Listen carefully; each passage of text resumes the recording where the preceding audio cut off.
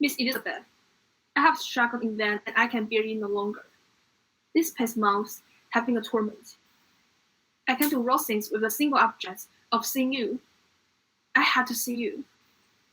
I have fought against my better judgment, my family's expectation, the inferiority of your birth, my rank and circumstance, all these things, and I'm willing to put them aside and ask you to end my agony. I don't understand. I love you. Most urgently, please do me the honor of accepting my hand. Sir, I appreciate the struggle you have been through, and I'm very sorry to have caused you pain. Believe me, it was unconsciously done. Is this your reply? Yes, sir. Are you laughing at me? No, Are you rejecting me? I'm sure that the feelings which, as you've told me, have hindered your regard, will help you in overcoming it. My next wife, with so little endeavor and civility, and first report. And I might as well inquire why. Was so evident a design of insulting me? You chose to tell me that you liked me against your better judgment. No, believe me. If I was, then that is some excuse. But I have other reasons. You know I have. What reasons? Do you think that anything might tempt me to accept the man who has ruined perhaps forever the happiness of a most beloved sister?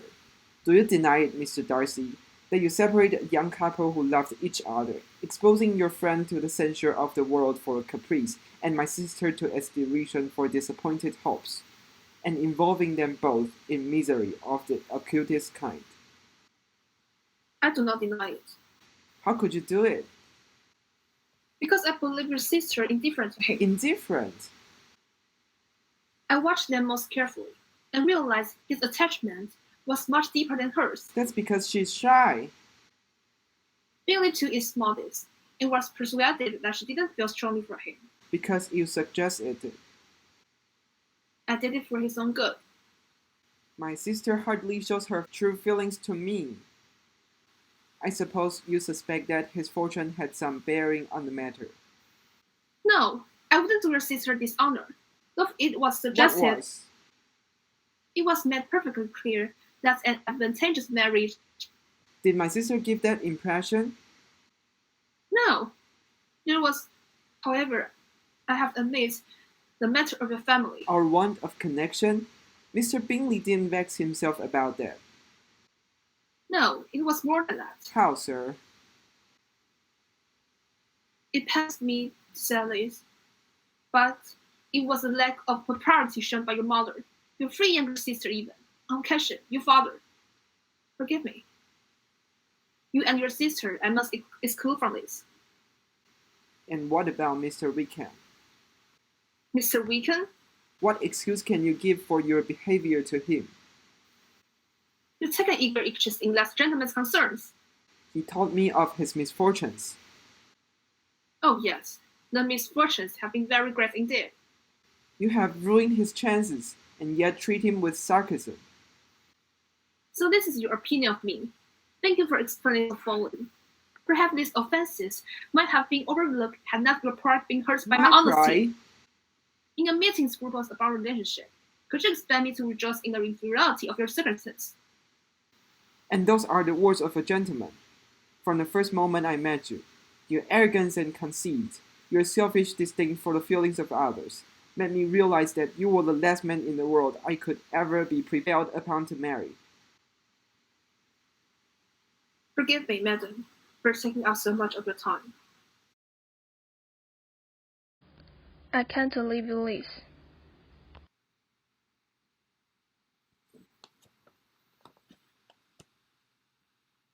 I shall not renew the sentiments which were so disgusting to you, but if I may, I will adjust the two offences you have laid against me.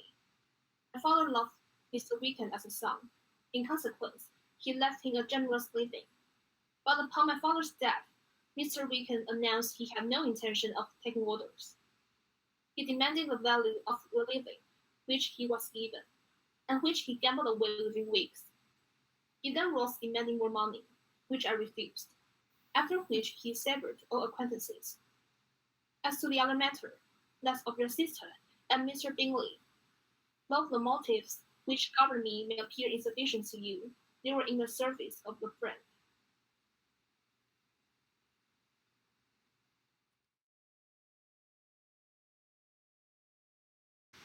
I couldn't sleep. Nor I, my aunt. Yes, she was here. How can I ever make amends for such behavior? After what you've done for Lydia, and I suspect for Jane also, it is I who should be making amends. You must know, surely you must know. It was all for you. You are too generous to trifle with me.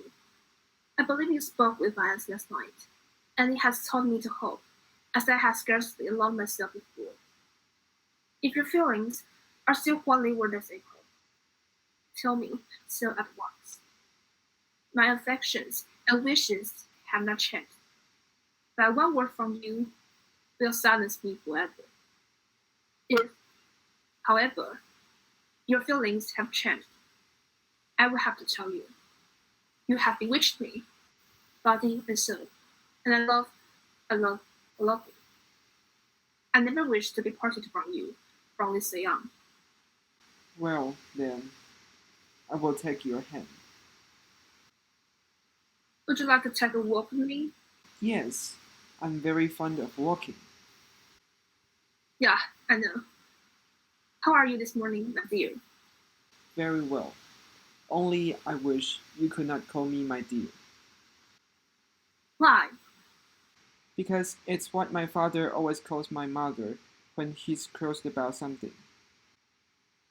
What endearment am I allowed? Well, let me think. Lizzie for everyday, my pearl for Sundays, and godness divine, but only on very special occasions. And what should I call you when I crossed? Mrs. Darcy? No, no, you may only call me Mrs. Darcy when you are completely, perfectly, incandescently happy. And how are you this morning, Mrs. Darcy?